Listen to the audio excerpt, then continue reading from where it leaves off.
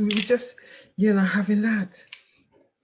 Okay, let's go again. Hello, everybody. This is Debbie from Teacher Success Coach with another episode of the Female Empowerment, which is held on a Wednesday. And every Wednesday, I will have a woman who would share her empowerment journey with us, tell us what the triggers were or are that started her on that journey. Today, I've got a woman who's got, we all have interesting story, but hers is far more interesting than those I've had in an interesting way. Welcome, welcome, welcome, and thank you so very much for accepting the offer to come on live to actually share your story. I'm really excited to hear your journey.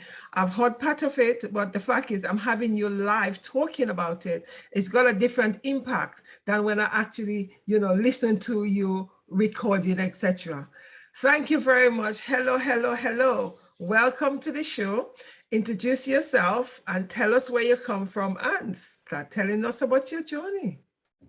Hi, my name is Naila Amin. I am originally from New York. I just moved to the UK and I am the founder of the Naila Amin Foundation. And what we do is basically ending child marriage in the United States. That's shocking, right?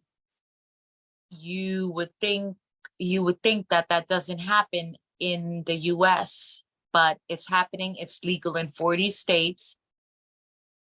It's legal in 40 states, and it's something that I am working on. Basically, I went from a survivor to an advocate to an immigration policy lawmaker making changes, and I emphasize on education and how it has changed my life and made me who I am. Right. Thank you very much for that. And can you tell us what triggered you to start on this empowerment journey? When I was 8 years old, I was engaged to my first cousin because I had a US passport and he was 13 years older than me. So I was his ticket out of Pakistan. Basically, I got used for my passport. At the age of 13, I had my Islamic ceremony done in Pakistan on a trip back to Pakistan from New York. And at the time in New York State, the age of consent with parental permission was 14. So upon turning 14, I was brought back to the US right before starting 9th grade high school. And I remember signing some papers. I don't know what it was, but my dad said, here, sign here. What I was actually doing was applying for my husband, ex-husband, to come to the US. I didn't even know what I was signing.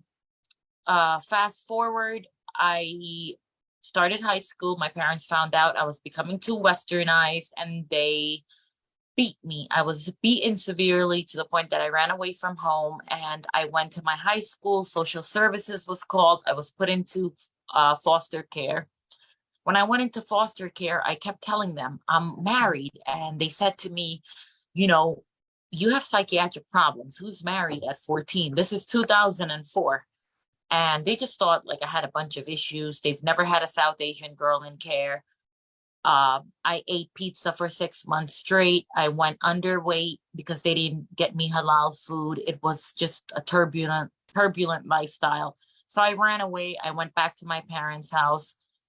This was shortly before turning 15. And I said to my parents, I can't do this anymore. This group home, foster care stuff, they don't understand me.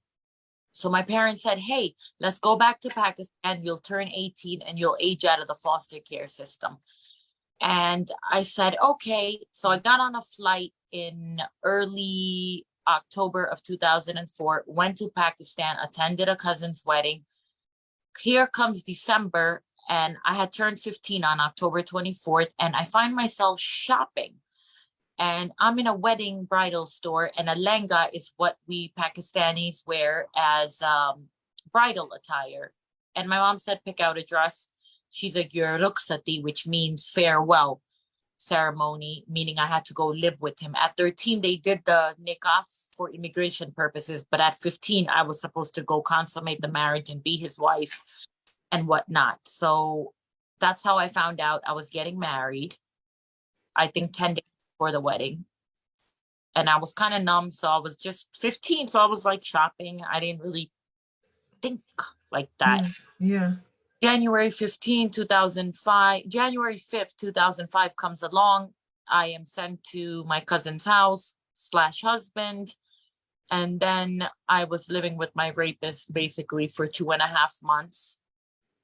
And I was rescued by the US State Department because I tried to run away multiple times. I was brought back severely. I still suffer from back problems, and I have developed psoriatic arthritis. I suffer from PTSD, anxiety, depression. So these are scars that never go away. And I knew when I started college, I wanted to do social work, but I was a little bit, I didn't want to bring up the old wounds. But once I went into the G building in Nassau Community College, I was like, this is what I'm going to do. And I got my associates in social human services, and then I started going for my bachelor's, and I started volunteering at Women for Afghan Women, which is an American organization in Queens, New York. They help all the Afghan women because, you know, they're very susceptible to violence at women. So to volunteer there, and a reporter came to Epoch Times, and she said to Nahid, the director at the time, and I think she's still the director, I think to the US now, for the whole US from Afghanistan. So they said, we're looking for a girl who's willing to go in front of the camera and who's a survivor of a child forced marriage. She's like, I know a big mouth who doesn't, and she will, you know, talk to you guys. April 1st, my interview with them came out. It took 7 hours for them to interview me. They came to my house, bought lighting and everything. April 1st, I was Epoch's front page weekend edition. The next morning, my emails started blowing up. This organization, that organization. And I started my journey of advocacy and sharing my story. I was taken advantage by a lot of news channels. I was 25 years old at the time in 2015. And, you know, I wasn't paid. They took advantage of me, used me as a poster child. And I did share my story on a lot of networks. I have a documentary on A&E, on CBS. And basically, once I shared my story, life changed. And somehow I got pulled into policy work. I helped New Jersey become the second state in America to raise their child marriage age to 18. Fantastic. After doing that, I said, how can I rest when the state that I'm living in, they changed it from 14 17 in 2017. But at 17 in America, you can retain a lawyer because you're not 18 if you're in a relationship, and you can't go to a shelter because they're going to return you to the perpetrator, in that case with your husband or the parents. So you're like out of luck. So I said, how can I rest knowing that my own state that ruined my life is not going to outlaw it? I went to Assemblyman Philip Ramos of Brentwood, Long Island, and I said, hey, if New Jersey can do it, we're in New York. We're number one. I'm a very proud New Yorker. And I said, let's do this. COVID hit. Oh, right. Everything was delayed. I got married in March 2020. I came to England to buy my wedding dress. I am now happily married to a lovely British man. And I came to buy my wedding dress. Flights got canceled. Being Muslim, we couldn't be in the same house without nikah. And I thought the world was ending. And I was like, I don't want to go to heaven alone. So we did it. The ceremony called a nikah in the house. We had about 100 people. He has a really big family. And, you know, we got married on March 13, 2020. And then I was here. And while I was here, I emailed 300 assembly members and members of the Senate. And I said, look, I made a change.org petition, which got 500,000 signatures for New York to raise their age to 18.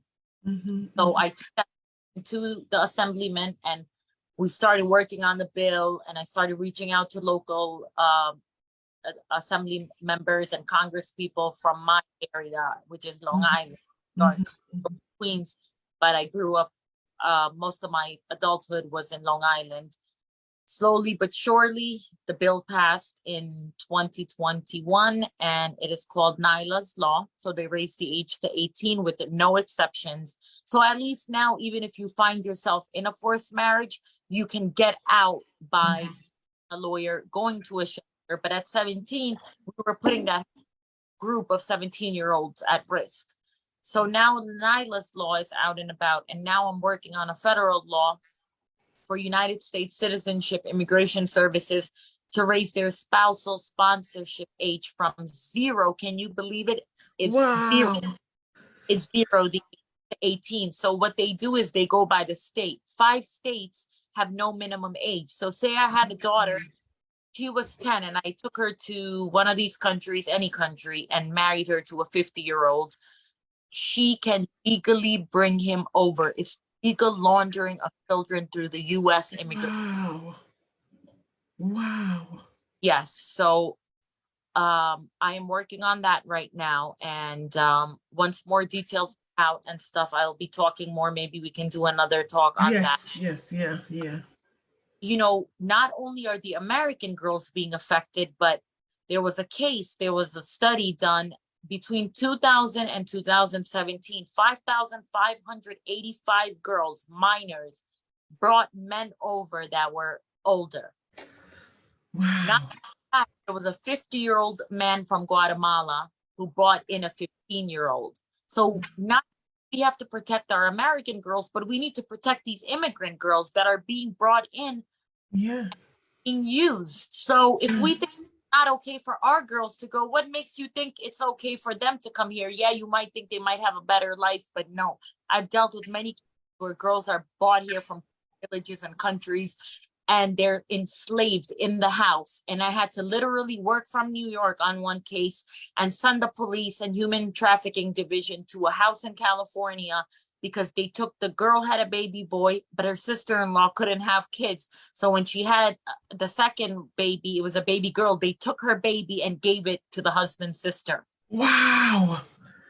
So all this stuff is still happening. It's just so complex. I could go on and on about it, but it's American girls and it's affecting immigrant girls. So it is all we're working hard to change on, and God willing, we should be changing it very, very soon. Also, I think it was beginning of last year, England just banned the UK just banned child marriage. It was 16 with parental permission. The United Kingdom, England is the only country with a forced marriage unit, and they have order of protections in place.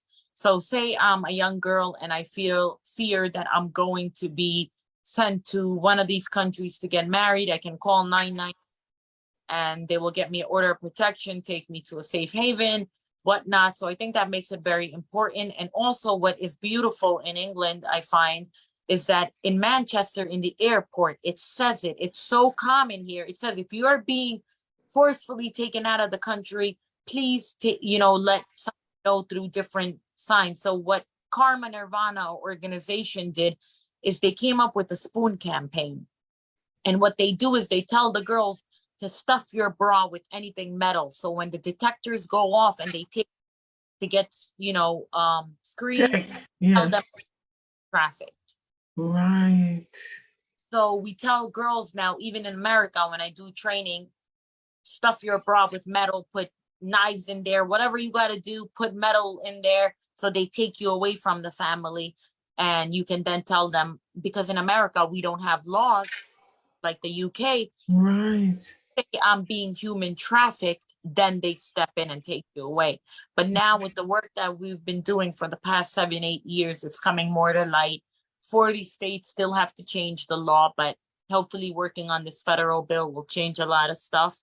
And that's what empowered me when I started getting messages from women from all over the world saying, because of you, I woke up today. I was depressed, but I didn't kill you. Because of you, I got out.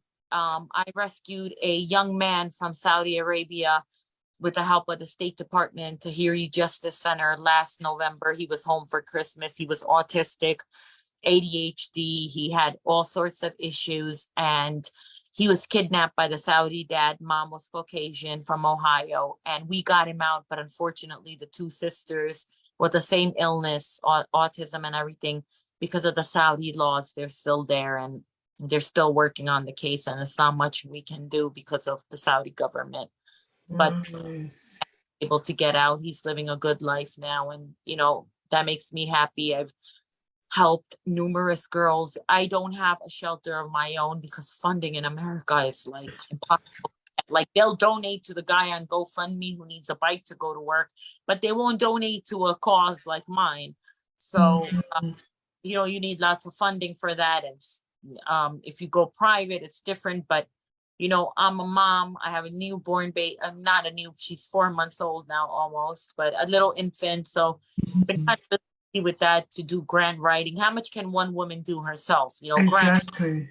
all of that. So what I do is I do lots of educational talks throughout the world, internationally, and I speak, and I let people know I do basically for frontline officers, nurses, to look for signs, teachers.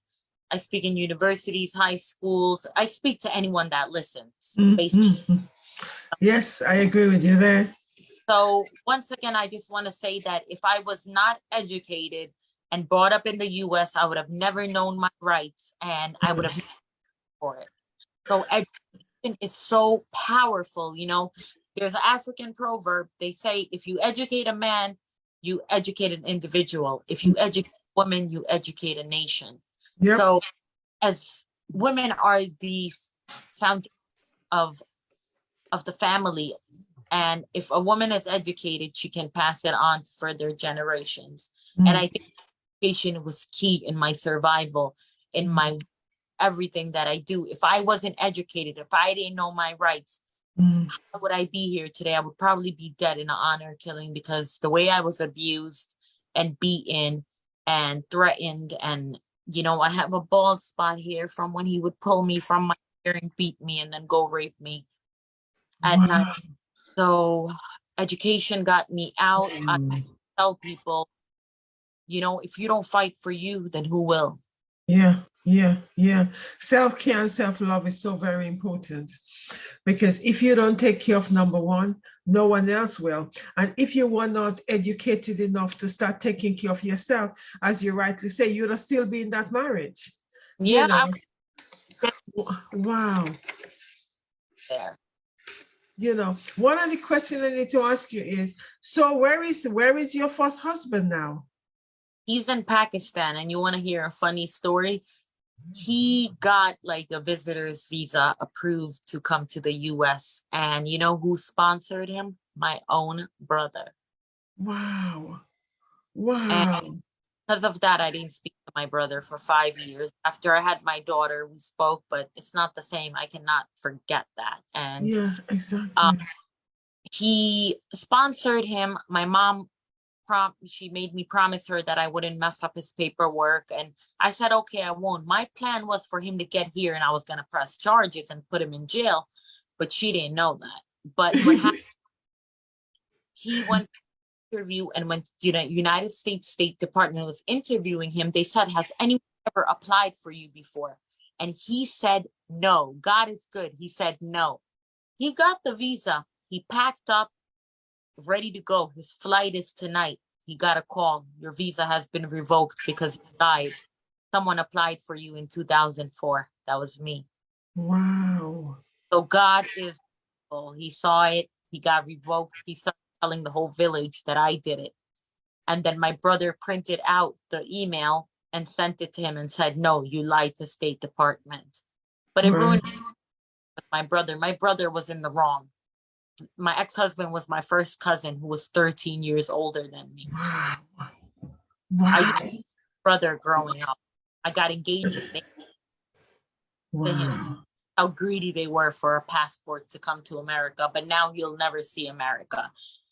And he's pretty much banned. He can never come here now because he lied. Yeah. Come to America so I could throw him in jail.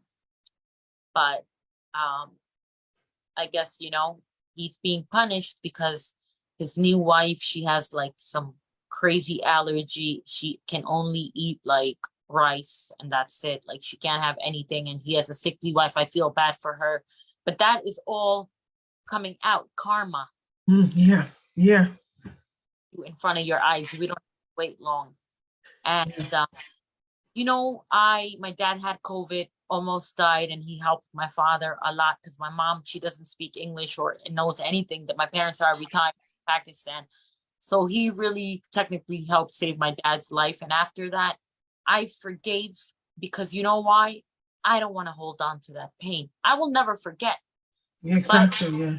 saved my dad's life by running around and taking him to the right hospital at the right time. I will never forget that.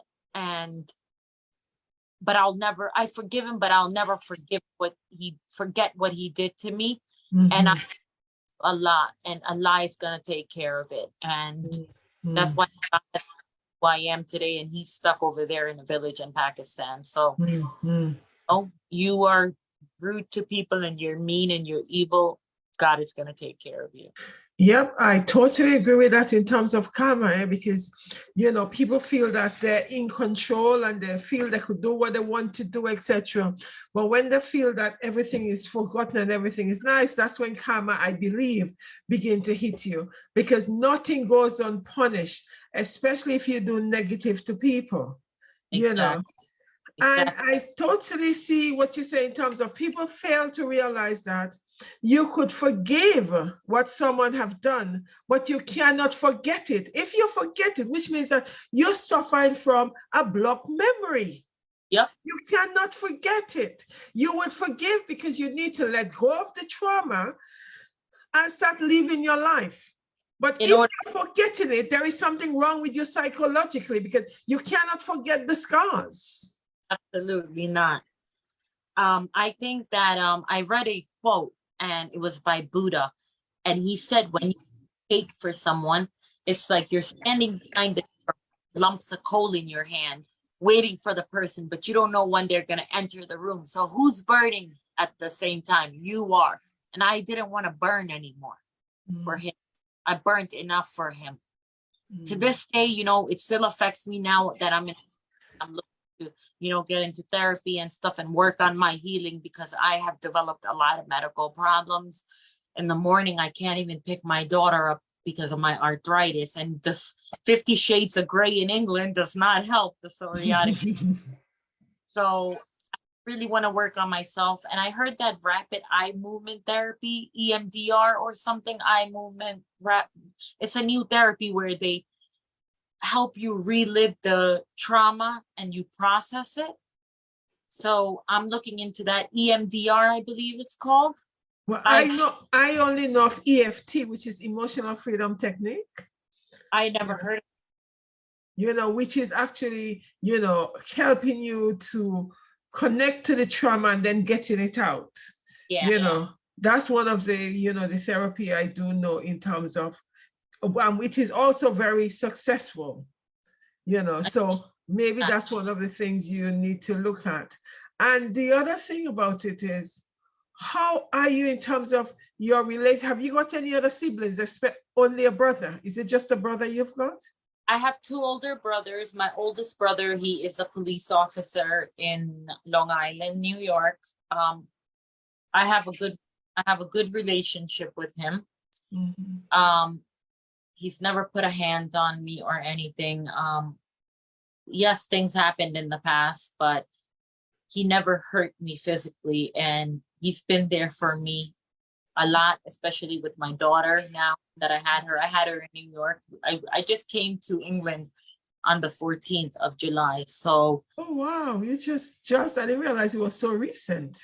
yeah, I just got here. So I'm still like, adapting to the time difference. And then like my poor baby got her jabs yesterday. So she's been really feverish, and thank God for my husband, because, he's been working 12-hour shifts, but he wakes up because my arthritis in the morning is just really, really bad. And, when I do these kind of talks, believe it or not, I suffer a lot. The wound is cut open and then I have to take a day for myself. So that's why I get into therapy as soon as possible. Mhm. And I'm finding it very hard because NHS, everything is just backed up. Like after COVID, it's just like really difficult, but I will find a way. And I am on a waiting list with iCrow. So hopefully that should work out soon. And my oldest sister left a forced marriage and she's now Wow. married and moving to Dubai. Wow. I have a sister I'm the fourth, so it's a brother. He's a doctor, a police officer. The second one is a colonel in the US Army and a psychiatrist. We're okay. He's the one that applied for my ex. Then I have an older sister who I'm happy because after 17 years, she found the courage to leave. And Wow. now she's moving to Dubai. Then I have me, and then it's my little sister, Layla, who I love. And she's going to be getting married soon to the love of her life. And Okay. Okay. So therefore, it's her choice. yes, she is a smart little kid. She has her master's in public health and she loves animals. So she works, she's a recruiter for a big veterinarian nationwide company. And she does like pet sitting. So she gets travel all over the world and do pet sitting because she loves animals. And she couldn't become a vet because both of my sisters have retinitis pigmentosa, which they're like almost legally blind. They have Okay. a cure for it. So she couldn't become a veterinarian due to that fact that, her vision is so bad they can't write and stuff. But, she's very smart and I know we'll get through this. And I do believe in science and I know they're going to find something. So I pray for both of them. I love my, that's just something you can't take away.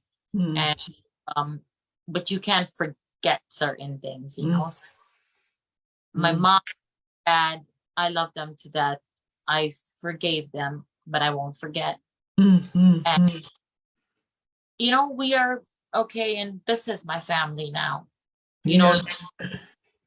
here. So that's about it. I'm ready for life here in the UK and ready to go in September and start speaking in universities and letting people know that this is real. And it affects what I'm working on is law policy.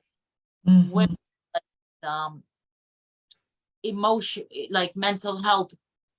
It's just so many little factors in one. Like I can relate to a lot of different departments in different universities. And when the law was being changed in the UK, the MP that was behind it, she was from Derby. I'm sorry if I'm saying it wrong. I forgot her name, but I worked with her a lot and she told me, there was going to be a meeting with Boris Johnson at the time because he's a US and UK citizen. He was like, he'd probably like to meet with you, but then it didn't happen and the law got changed. But, I did help a little bit in a way for the UK. So it has a special place in my heart because my little girl's going to grow up here, Exactly. Yeah. Yeah, that's what I'm now. And just being a mom, still doing my talks here and there. I actually took a sabbatical, but when I met you, I felt that this was important and needed to be. But you know what? I'll get back out there and do it. It's important because especially for young women, for them to know that they don't have to accept this. They don't have to accept the non-choice because basically it's forcing young girl to giving them no choice and no voice. It's saying that, okay, because this cousin want to come over, yes, this is what you're going to do. And it's like not enabling you to live your childhood life because that have just been taken away from you and you automatically quickly become an adult with responsibility of looking after a husband and trying to cook for this husband. And if you don't cook for the husband, you probably would be abused because you haven't done your duty. But how could you do your duty when you don't know how to do this duty? Child. I remember being in the 4th grade right after I got engaged and I had a crush on a Greek boy, Leo. And I never forget, I said to myself, Nyla, what is the point? I was in the 4th grade. And I said, what's the point? You're already engaged. Imagine thinking that to yourself at 8 years old. And I Yeah, could not tell my peers because they would think I'm crazy. yeah. So this is it. It stole the sunshine childhood. I had no childhood. Exactly. Because I at age 8, you were engaged to be married. and I was being groomed by him. He was buying me clothes because that's the color of brides, and he was buying me stuff. And I grew up calling him Lala, which in the Pashtun language is a term of endearment for big brother. Oh my goodness. And I remember I was 8 years old. I've never shared this before, but he used to try to make out with me. And he would like stick his tongue down my throat, and it was disgusting. But you are 8 years old. And he was 21. Oh my, yeah, but how does he feel wanting to do things like that with an 8-year-old who is a baby? He's a sick man. He used to lie me. He's a psychologist. Can you believe that? He used to lie me naked in January, like -14-degree weather on the cement floor. The first night he raped me after I ran away from the house and I was brought back. He beat me so bad, pulled me all over the house with my hair, from my hair, then hit me with electrical cords, kicking me. I still have a dent in my right thigh. I have herniated discs from it. He laid me on the floor and he played mind games with me. He said, it's your body, but I own it. And then he said, lay on the floor naked. And it's cement floor, and I was frozen. I caught pneumonia. Wow. And then Wow. so I was there for 2.5 months before being rescued by the U.S. State Department. Came back, I was foster care. Wow. So when you told your parents, what had happened to you in terms of, how he, make you lie naked on the floor, etc., what they're saying to you? My mother didn't even know I was engaged when it happened. My poor mother had to say in it. My father joined him in beating me the second time when I ran away. Wow. For honor. I ruined their honor. So my Wow. father in beating me. And then left me all alone in the country with him. They all went back to America. And what saved my life is an uncle called my social worker because I was missing from foster care and said she's being held against her own will. She gave me her number that if she dies in an honor killing, to stop looking for her because she's dead. And then they arrested my mother in America and said the only way you can get out is if Nyla comes back. So then my dad called my ex-husband and said, oh, because Nyla's not going to school in America, her mom's been arrested. He didn't tell them the whole foster care story because it would cause shame. I was rescued on March 15th, and the first night I spent in a psychiatric ward because it was the safest. They knew my parents couldn't get to me. And it was the happiest night of my life because I knew I was safe. The next morning I woke up in a fetal position, and the nurse said, that's because you're used to being raped. You're protecting yourself. And I went to family court and they put me in a home for girls, and it was one home to another home to another home. And at 16, I ran away and I met my son's father, Farouk. We had a beautiful baby boy, but I was too traumatized at the time. I had him at 17. I went back into foster care when I was pregnant. I went back to them because I needed medical care. I had my son in foster care. And when he was 6 weeks old, I made the decision to give him to his dad and grandma because I was not in a good place. I was in a foster home to take him away from me. So I didn't want that life for him. And I think I made the best decision for him while I went on my healing journey. And he's almost 17 now, and he is. Wow. And he's the best little boy, and he knows. He's like, mommy, I saw your story on Snapchat, and I'm like, oh my god. So he knows, and I told him, we spoke about it. He's a gifted child. He skipped a grade.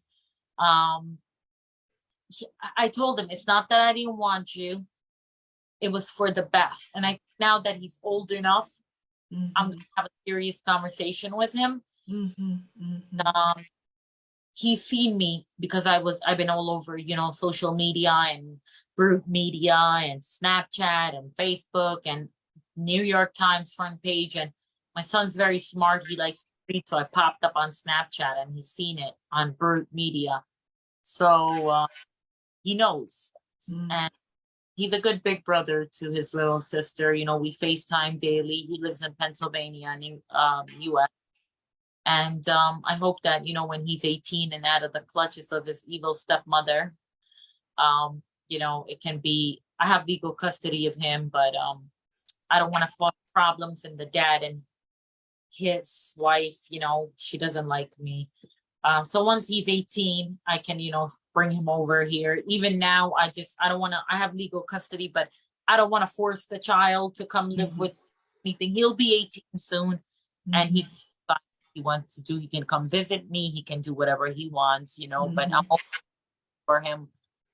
And yeah, that's my story. And I hope to embark on a new happier life here in the UK. Wow.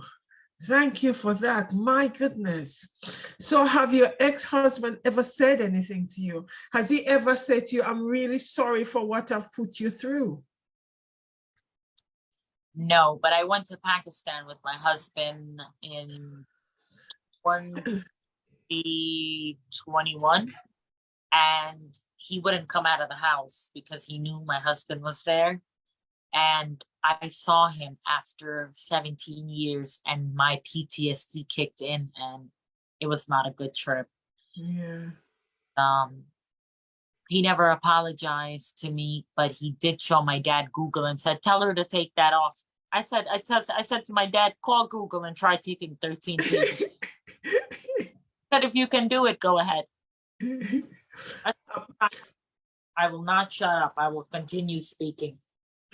It's interesting, right? Because in spite of that, he wants you to be quiet. So he still doesn't acknowledge that what he's done was wrong. Of course not. And he still has a picture of me in his basement and told the maids, who then came and told me, he still has my wedding picture in the basement on a stand, and the new wife has to look at it.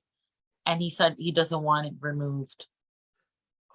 So it was an obsession with you. It was not just you being a wife. It was an obsession because he's now married. You've moved on because, yes, it was when you were underage, etc. And you've moved on.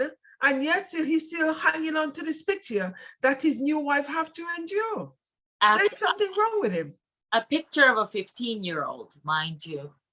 Exactly. I actually put that picture today on my memories, and it really made me sad because you could see my face.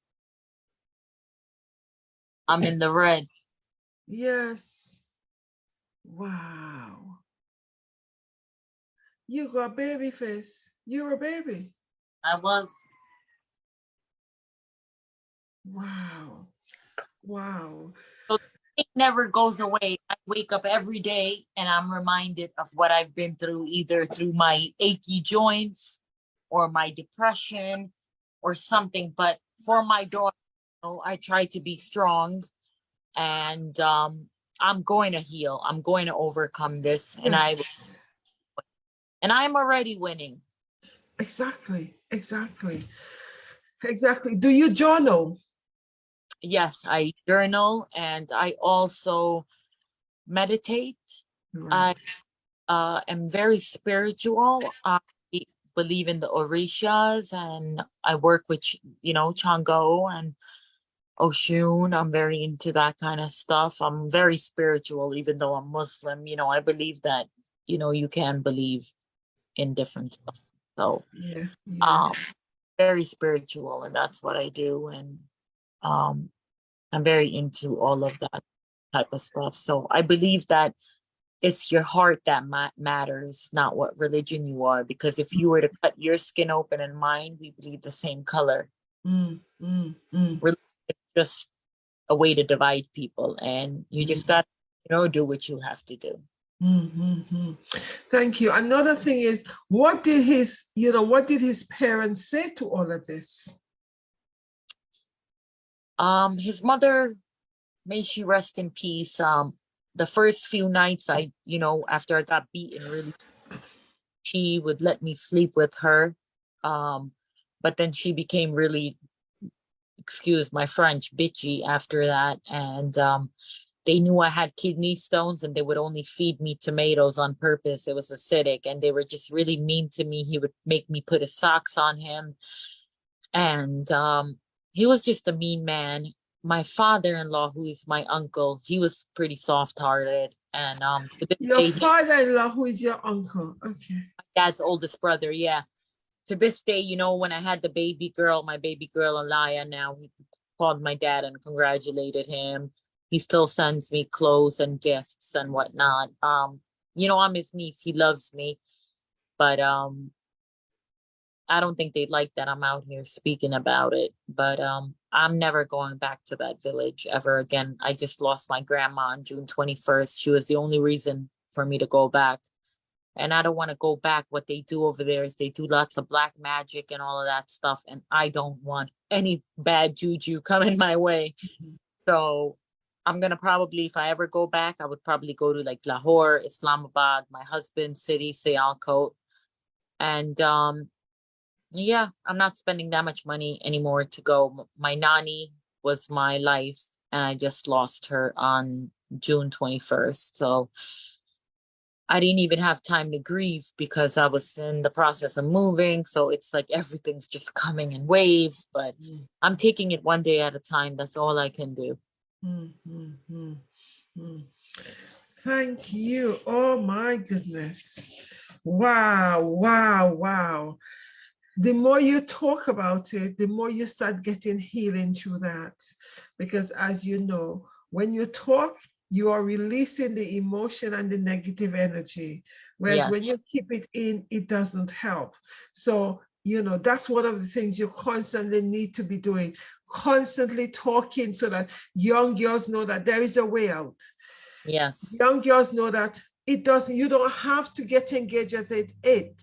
You don't Yeah. have to, there is a life, because age 8, you were a baby for yourself. What do you know about keeping a husband? At 15, what do you know about keeping a husband? You are a child. So which means that you've lost all that beautiful childhood experience, which children 14 and 15 take for granted.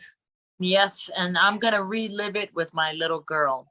Yes, that's fantastic. That is so fantastic, because the beauty of it is you now got a child, so therefore you could actually be that age with the child, which you did not have at the time when you should have been enjoying your childhood.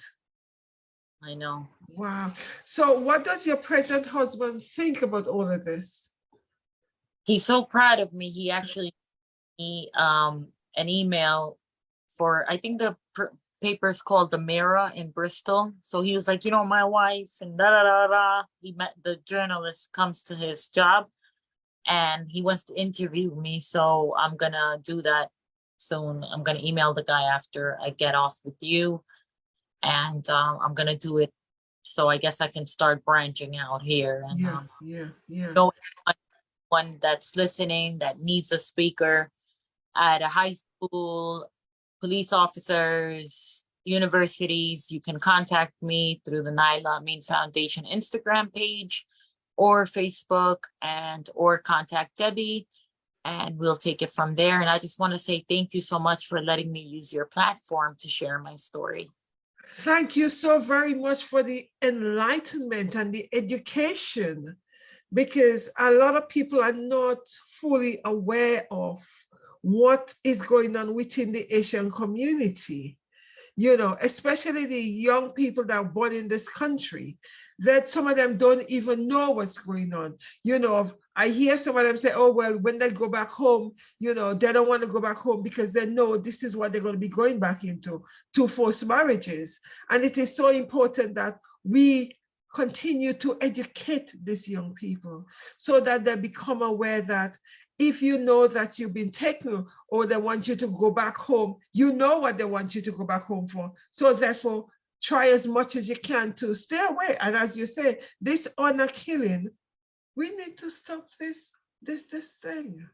I'm going to be going live on my Instagram in about few minutes talking about the case of Miss Babatul and Isa, little baby girl, 2-year-old Isa Noor. Yeah. And you can listen in on it. And if you want, you can share it on your page. She was from in Long Island, 33-year-old, beautiful young woman. Her husband stabbed her to death while their 5-year-old watched, stabbed her and their 2-year-old. And now he's claiming insanity. There was prior domestic violence calls to the house, but she was told by the family to, you know, stay in the marriage, take it. And guess what? They ended up taking her life.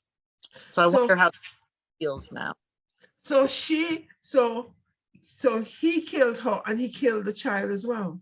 He killed her and he killed her their 2-year-old daughter while their 5-year-old son and his mother and father watched. What?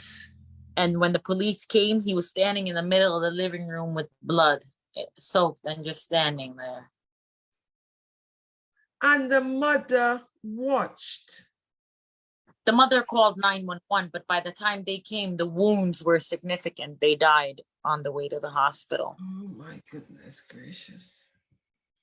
Whoa. The mother was probably too scared. You know, if you see someone stabbing someone with a knife, you probably shook with fear, but she's the one who made the frantic 911 call. They died in the hospital or on the way to the hospital. Not much has been, he's going to court on the 8th. I'm going to be following up with this story, but he's claiming insanity right now. He's facing 25 years to life. Of course, he's going to claim insanity. Obviously, something's not right with him, but a lot of it is this cultural toxic masculinity. So his wife was beautiful.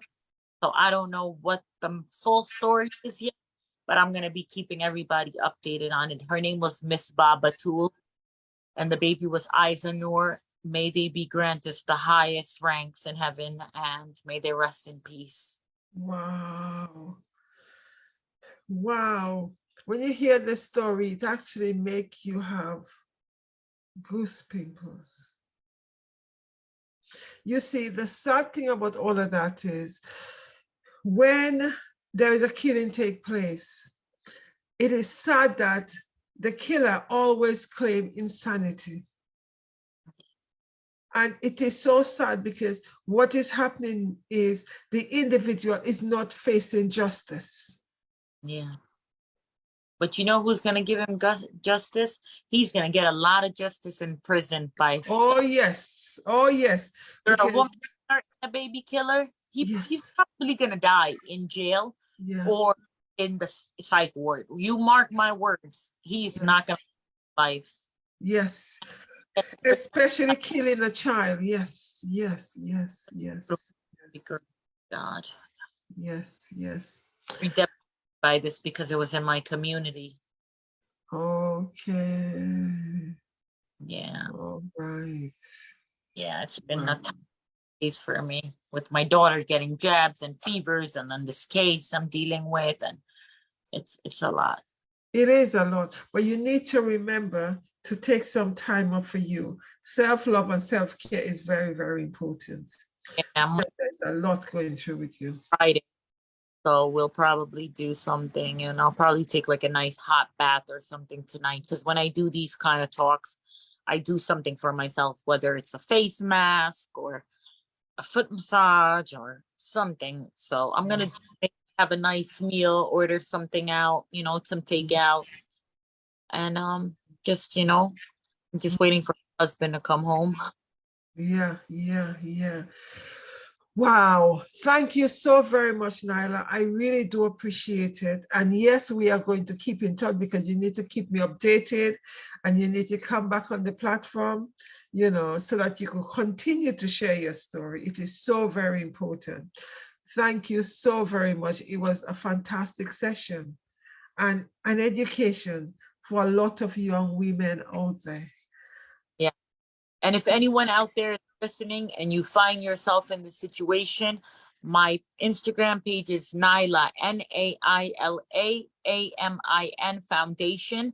You could link it, Debbie, in there. Also, I have the Naila Amin Foundation on Facebook. If you need help, please contact me. I will get you to the right resource, whether you're in the UK or US, Nigeria, Africa, Ethiopia, Saudi Arabia, wherever you are, I will try to get you the right help. And whatever country you're from, through that government, we will try to get you out. So you're not alone. If you're listening, if you don't fight for yourself, nobody else will. Make yourself a priority. Mhm. Yep, that is so very, very true. That is so very true. What three things would you say to enable women to empower themselves? I would say start putting, if you are in a situation, start putting some money aside slowly to leave. Have an escape plan. When you're on the internet looking for shelters or something, always clear your history. Try to have a burner phone, a second phone, like a prepaid phone or something that the perpetrator does not know about. Clear your histories. A lot of shelters sites, when you go on it, they have a safety escape button. So test it out first. Always clear your search history. When you're leaving, when you leave the home, turn your location off so your perpetrator can't trace you. And the first thing if you have children with them, your husband or a partner might use for kidnapping the children. So the first thing you need to do is go to a local precinct or call 911 and have them come get you and explain the story. I know you don't want them to go to jail or whatnot, but you also don't want to be charged with kidnapping. So you need to watch your steps, start saving money on the side, pack a toothbrush, pack, some clothes for the child, something for you, depending on the weather. Go straight to the police, turn all locations off. Only contact someone trusted that can help you get a ride. And on my foundation page, there are some safety tips on what to do and what not to do. So if you want to give me a follow, you can. I will be talking about these things in my live in a few minutes. So just fight for you because nobody else will. Nobody was there for me. I was 15. I had to do it by myself. But now support around this topic. You guys can do it. I believe in you. Wow, 15, 15, and you had to make your way out of there. Yeah, it's the age of and I was so scared. It was 2005. Wow. Wow. And the sad thing about it is you have not owned it and apologize. I know. That's what's sad about it. That's what is so sad about it. Thank you so very much. I'm just, it's like situation like that really does affect me as a woman, because you think to yourself, 15-year-old, you cannot even imagine at that age, your mentality is a child, because I also teach 14 and 15-year-old, and they make the most noise. They're children. They get on silly like children. Yeah. And could you imagine at 15, you were taking up responsibility as a wife? Yeah. It's quite traumatic, and you could understand why you're in that mental trap, because you do need to start talking about it. And you really do need, that's why, in the meantime, you're getting help. You need to just keep on journaling. The more you talk and the more you journal, the more you are releasing, because it's important that you release. Our body, cellular memory, all these diseases and stuff, it's caused by trauma. So yes. If you don't let it out, you're going to be sick. And I don't want to be sick anymore. Yeah. Because you've got a new baby you need to take care of, right? Yep. I have to be strong for her. So exactly. Once again, Debbie, and we will be meeting shortly again on this platform. I'm going to be updating you guys and giving more advice, whatnot. It was a pleasure, and thank you so much. Thank you so much. I really appreciate it. Thank you, Facebook audience. Take care, stay blessed, and I'll see you guys on Friday with a female Friday home education. Take care, stay blessed. Thanks a lot, people. Bye.